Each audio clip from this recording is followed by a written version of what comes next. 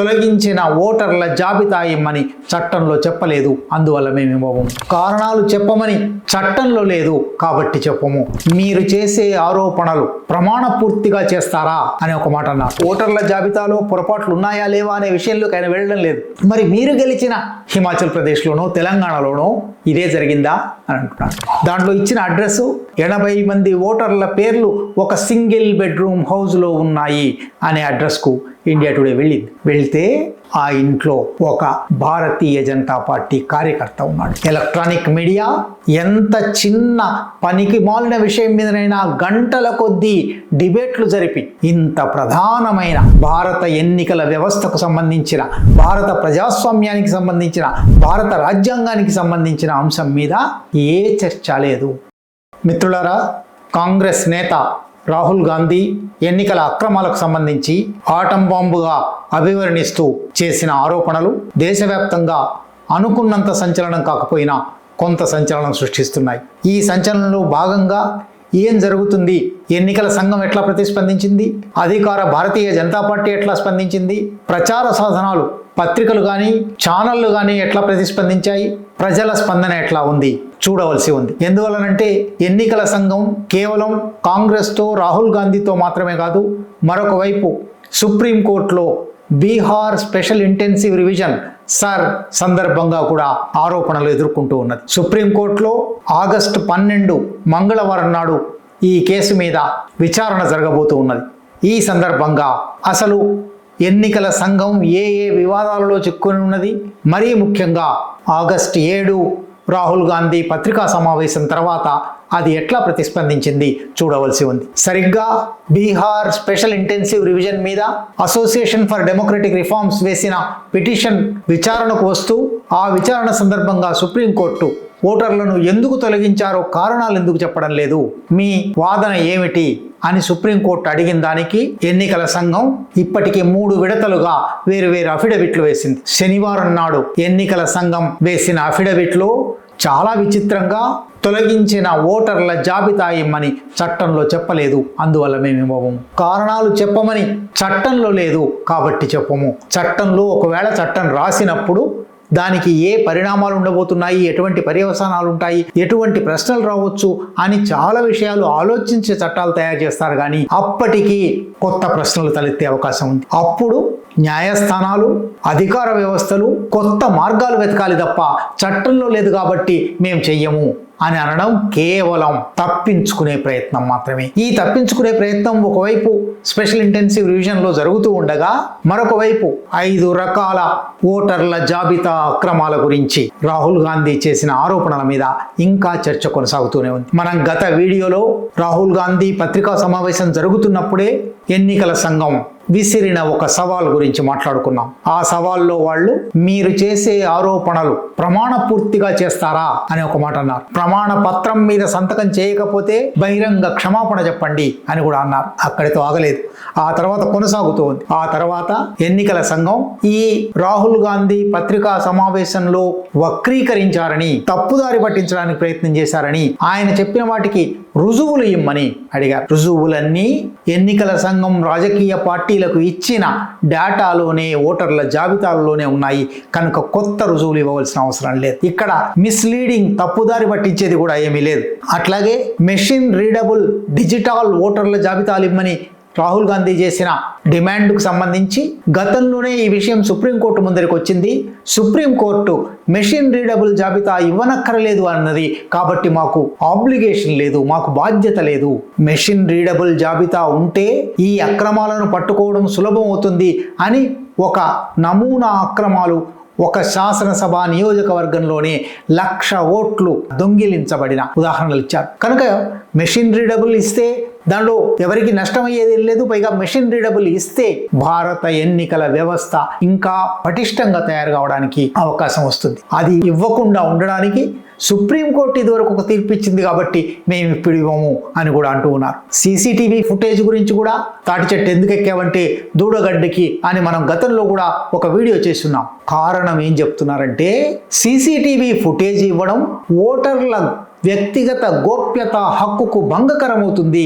శకున్ రాణి 2 చోట్ల ఓటు వేసింది అని సీసీటీవీ ఫుటేజ్ ఉంటే తప్ప రుజువు చేయడం సాధ్యం కాదు. సీసీటీవీ ఫుటేజ్ ఇస్తే శకున్ రాణి వ్యక్తిగత గోప్యత హక్కు భంగం అవుతుంది కాబట్టి సీసీటీవీ ఫుటేజ్ ఇవ్వను అంటే వ్యక్తిగత గోప్యత హక్కు అనే ఒక ముసుగు చాటున అక్రమాలు జరిగిపోవడానికి ఎన్నికల సంఘం అన్ని ప్రయత్నాలు చేస్తూ ఉన్నది. అది మాత్రమే కాదు, ప్రతి పోలింగ్ స్టేషన్కు సంబంధించిన సీసీటీవీ ఫుటేజ్ను భద్రపరచడం అన్ఫీజిబుల్, అసాధ్యమవుతుంది. ఎవరికి అసాధ్యం అవుతుంది? ఒక వ్యక్తికి అసాధ్యం కావచ్చు. వేల కోట్ల రూపాయల ఖర్చు పెడుతున్న ఎన్నికల వ్యవస్థ, ప్రపంచంలోనే 3వ పెద్ద ఆర్థిక వ్యవస్థ అవుతాము, 2వ పెద్ద ఆర్థిక వ్యవస్థ అవుతాము. ఎక్కువలో ఎక్కువ కొన్ని 10ల కోట్లతో మాస్టర్ కంప్యూటర్లు, సర్వర్లు తయారు చేస్తే ఏ ఒక్క పోలింగ్ స్టేషన్కు సంబంధించిన సీసీటీవీ ఫుటేజ్ అయినా భద్రపరచడానికి అసాధ్యమైన విషయం కాదు. కానీ అసాధ్యమని ఎన్నికల సంఘం చెప్తూ ఉన్నది. అఖిల భారత కాంగ్రెస్ కమిటీ కానీ, రాహుల్ గాంధీ కానీ, ఆయా ఎన్నికలలో పాల్గొన్న అభ్యర్థులు కానీ ఫిర్యాదులు ఇవ్వలేదు కాబట్టి మేము దానికి జవాబు చెప్పలేము అని కూడా ఎన్నికల సంఘం అంటూ ఉన్నది. సరే, ఎన్నికల సంఘం రాహుల్ గాంధీ ఆ రోజే చెప్పినట్టు ఒక నేరంలో భాగస్థురాలిగా ఉంది కాబట్టి ఎన్నికల సంఘం ఇట్లా మాట్లాడితే ఆశ్చర్యం లేదు. కానీ పౌర సమాజానికి ప్రతినిధులుగా ఉండే వార్తాపత్రికలు, ఎలక్ట్రానిక్ ఛానళ్ళు, వార్తాపత్రికలన్నీ కూడా ఇంత ప్రధానమైన వార్తను, భారత సమాజంలో ఎన్నికలు ఎట్లా జరుగుతున్నాయి, ఒక ప్రజాస్వామిక వ్యవస్థలో ఎన్నికలు ఇట్లాగైనా జరగవలసింది అనే ప్రధానమైన ప్రశ్నకు అన్ని వార్తాపత్రికలు ఎక్కడో చిన్న స్థానం ఇచ్చాయి. 1-2 పత్రికలు మాత్రమే దాన్ని పతాక శీర్షిక చేశాయి. దాని కొనసాగింపు వార్తలు కూడా లేవు, దాని మీద విచారణలు కూడా లేవు. ఎలక్ట్రానిక్ మీడియా ఎంత చిన్న పనికి మాలిన విషయం మీదనైనా గంటల కొద్దీ డిబేట్లు జరిపి ప్రజలను విసుగెత్తించేలా చేసే ఎలక్ట్రానిక్ మీడియా ఇంత ప్రధానమైన భారత ఎన్నికల వ్యవస్థకు సంబంధించిన, భారత ప్రజాస్వామ్యానికి సంబంధించిన, భారత రాజ్యాంగానికి సంబంధించిన అంశం మీద ఏ చర్చ లేదు. వార్తల కవరేజ్ కూడా అతి స్వల్పంగా చేసి మానేశారు. మరొక వైపు భారతీయ జనతా పార్టీ అధికార ప్రతినిధులు, నిజానికి భారతీయ జనతా పార్టీకి దీంట్లో సంబంధం ఏమిటి? భారత ఎన్నికల వ్యవస్థ సక్రమంగా ఉండడం అనేది భారత ప్రజలకు సంబంధించింది, భారత ప్రజాస్వామిక వ్యవస్థకు సంబంధించింది. ఇక్కడ ఎన్నికల కమిషన్ను సమర్థించడానికి, రాహుల్ గాంధీ మీద ఆరోపణలు చేయడానికి భారతీయ జనతా పార్టీ ప్రతినిధులందరూ పరిగెత్తుకు వస్తున్నారు. భారతీయ జనతా పార్టీ అధికార ప్రతినిధి అన్ని ఎలక్ట్రానిక్ ఛానళ్లలోనూ కనబడుతూ ఉండే సంబిత్ పాత్ర వెంటనే వేసిన ప్రశ్న హాస్యాస్పదమైనది. ఈ ఎన్నికల జాబితాలో, ఓటర్ల జాబితాలో పొరపాట్లు ఉన్నాయా లేవా అనే విషయంలోకి ఆయన వెళ్ళడం లేదు. మరి మీరు గెలిచిన హిమాచల్ ప్రదేశ్లోనో తెలంగాణలోనో ఇదే జరిగిందా అని అంటున్నాడు. ఒకవేళ జరిగి ఉంటే అది కూడా తప్పే. నిజానికి ఆ రోజు రాహుల్ గాంధీ తన పత్రికా సమావేశంలో ఆ మాట కూడా అన్నాడు, ఎవరు గెలిచారు ఎవరు ఓడారు అని కాదు, భారత ప్రజాస్వామ్యంలో ఎన్నికలు సక్రమంగా జరుగుతున్నాయా, ఒక మనిషికి ఒక ఓటు అనే పద్ధతి ఉందా, ఆ మనిషిని గుర్తింపు సరిగ్గా ఉందా, ఫోటో సరిగ్గా ఉందా, ఇవి కదా ప్రశ్నలు. కానీ తాము గెలిచిన రాష్ట్రాల్లో ఓటర్ల జాబితాలు ఎట్లా ఉన్నాయి, హిమాచల్ ప్రదేశ్లో, తెలంగాణలో ఓటర్ల జాబితాలను ఎందుకు చూపెట్టడం లేదు అని సంబిత్ పాత్ర అడుగుతున్నాడు. కేంద్ర విద్యామంత్రి దేవేంద్ర ప్రధాన్, కాంగ్రెస్ ఒక డొల్లగా మారిపోయిన కాంగ్రెస్ రాజ్యాంగ వ్యవస్థల మీద దాడి చేస్తుంది.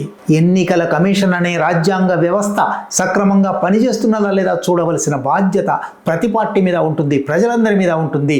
ఇది ఆ ప్రయత్నం, రాజ్యాంగ వ్యవస్థ మీద దాడి చేయడం కాదు. ఎన్నికలలో ప్రజలు విచక్షణతో తీసుకున్న నిర్ణయాన్ని ఇవాళ రాహుల్ గాంధీ ప్రశ్నిస్తున్నారు అని కూడా దేవేంద్ర ప్రధాన్ అన్నాడు. ఎన్నికలలో ప్రజలు తీసుకున్న నిర్ణయం గురించి మాట్లాడడం లేదు, ఎన్నికలలో ఏ ప్రజలు ఓటేయాలి, ఏ ప్రజలు ఓటేశారు అనే మౌలిక పునాది మీద సక్రమమైన డేటా లేదు. ఇది ఇవాళ ప్రశ్న. దేవేంద్ర ప్రధాన్ ఒక ప్రశ్నకు మరొక జవాబు చెప్తూ ఉన్నాడు. ఇక పార్లమెంటరీ వ్యవహారాల మంత్రి కిరణ్ రిజిజు, ఇవన్నీ బోగస్ ఆరోపణలు, ఎన్నికల కమిషన్ ప్రతిష్టను దెబ్బతీయడానికి చేస్తున్న ఆరోపణలు. స్పష్టంగా ఒక ఇంట్లో 80 ఓట్లు ఉన్నాయి, ఒక ఇంట్లో 68 ఓట్లు ఉన్నాయి, కనబడుతూ ఉంది కదా. దీన్ని ఎలక్షన్ కమిషన్ ప్రతిష్ట దెబ్బతీయడం ఏమిటి?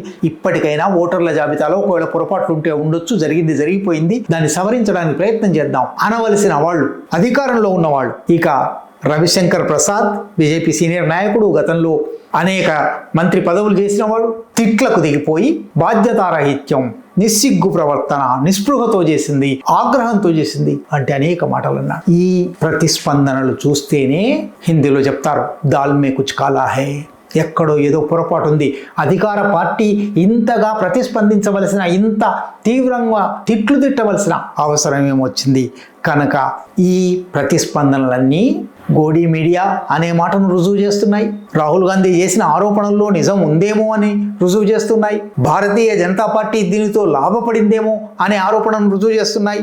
అక్కడితో కూడా అయిపోలేదు. ఇండియా టుడే ఒక రకంగా గోదీ మీడియాలో భాగమే. ఇండియా టుడే రాహుల్ గాంధీ చేసిన ఆరోపణలను తప్పుపట్టడానికి, ఈ ఆరోపణలు నిస్సిగ్గుగా చేసినవి, ఆధారం లేకుండా చేసినవి, తప్పుదారి పట్టించేటట్టు చేసినవి అని వస్తున్నాయి కదా, ఆ ఆరోపణలను తప్పు పట్టడానికి, అవి తప్పు అని రుజువు చేయడానికి ఇండియా టుడే ఒక చిన్న ప్రయత్నం చేసి విఫలమైంది. దాంట్లో ఇచ్చిన అడ్రస్ 80 మంది ఓటర్ల పేర్లు ఒక సింగిల్ బెడ్రూమ్ హౌస్లో ఉన్నాయి అనే అడ్రస్కు ఇండియా టుడే వెళ్తే ఆ ఇంట్లో ఒక భారతీయ జనతా పార్టీ కార్యకర్త ఉన్నాడు. అంటే వాళ్ళకి తెలిసిన అడ్రస్ రాశారు. ఆ భారతీయ జనతా పార్టీ కార్యకర్త ఇక్కడ 80 మంది ఎప్పుడూ లేరు, గతంలో ఉన్నవాళ్ళు ఎవరైనా ఇక్కడ రిజిస్టర్ చేసుకొని ఉంటారు. 80 మంది ఒక సింగిల్ బెడ్రూమ్ హౌస్ను ఎన్నిసార్లు మార్చుంటారు? అంటే ఆకుకు అందని పోకకు పొందని జవాబులు చెప్తున్నారంటేనే అక్కడ ఏదో గోల్మాల్ జరిగింది అని అర్థం. అట్లాగే చాలామంది రాహుల్ గాంధీ చెప్పిన పేర్లు, చెప్పిన అడ్రస్లు ఇవి నిజమా కాదా వెతకడానికి ఎలక్షన్ కమిషన్ వెబ్సైట్కి వెళ్ళారు. ఎలక్షన్ కమిషన్ వెబ్సైట్ మీద 2 రకాల ప్రతిస్పందనలు వచ్చాయి. ఒకటి, చాలా వరకు సమాచారం లేదు. ఆ సమాచారాన్ని ఇప్పుడు తొలగించారా, ఈ ఆరోపణలు వచ్చిన తర్వాత తొలగించారా, లేక అంతకు ముందే తొలగించబడి ఉన్నాయా తెలియదు. కొంతమందికి రాహుల్ గాంధీ చేసిన ఆరోపణలు నిజమే అని ఎలక్షన్ కమిషన్ వెబ్సైట్ మీద ఉన్న సమాచారంలోనే బయటపడింది. ప్రధానమంత్రి, ప్రతిపక్ష నాయకుడు, సుప్రీంకోర్టు ప్రధాన న్యాయమూర్తి ముగ్గురు ఉండి ఎన్నికలు చేయవలసిన చోట, నియామకాలు చేయవలసిన చోట సుప్రీంకోర్టు ప్రధాన న్యాయమూర్తిని తొలగించి సీనియర్ కేబినెట్ మంత్రి అని పెట్టారు. అంటే ముగ్గురు ఎంపిక చేయవలసిన చోట ఇద్దరు ఒక పార్టీ వాళ్లే, ఒక ప్రభుత్వం వాళ్లే ఉంటారు. ఇవాళ నరేంద్ర మోడీ, అమిత్ షా ఇద్దరు ఉన్నారు. మూడో వ్యక్తి ప్రతిపక్ష నాయకుడిగా రాహుల్ గాంధీ ఆ నియామక ప్రక్రియలో ఉన్నప్పటికీ 2-1 ఓట్లతో ఆయన చేయగలిగిందేమీ లేదు. కనుక ఎన్నికల కమిషన్ నియామకాల దగ్గరే ఈ అక్రమాలు ప్రారంభమయ్యాయి అనే ఆరోపణ ఇవాళ ఎన్నికల కమిషన్ ఈ అక్రమాలన్నిటినీ సమర్థించుకుంటున్న నేపథ్యంలో మరొకసారి బయటికి వస్తూ ఉంది. ఆగస్టు 12న మంగళవారం నాడు బీహార్లో స్పెషల్ ఇంటెన్సివ్ రివిజన్ మీద అసోసియేషన్ ఫర్ డెమోక్రటిక్ రిఫార్మ్స్ కానీ ఇతర అనేక మంది రాజకీయ నాయకులు, వ్యక్తులు కానీ వేసిన పిటిషన్లు విచారణకు రానున్నాయి. ఆగస్టు 12న సుప్రీంకోర్టు ఎన్నికల సంఘం మీద ఎటువంటి ఆంక్షలు విధిస్తుంది, ఎటువంటి ఆదేశాలు ఇస్తుంది, ఎన్నికల సంఘం స్వభావాన్ని, ప్రవర్తనను సుప్రీంకోర్టు సరిచేస్తుందా, శాసిస్తుందా, అదుపులో పెడుతుందా చూడవలసే ఉంది.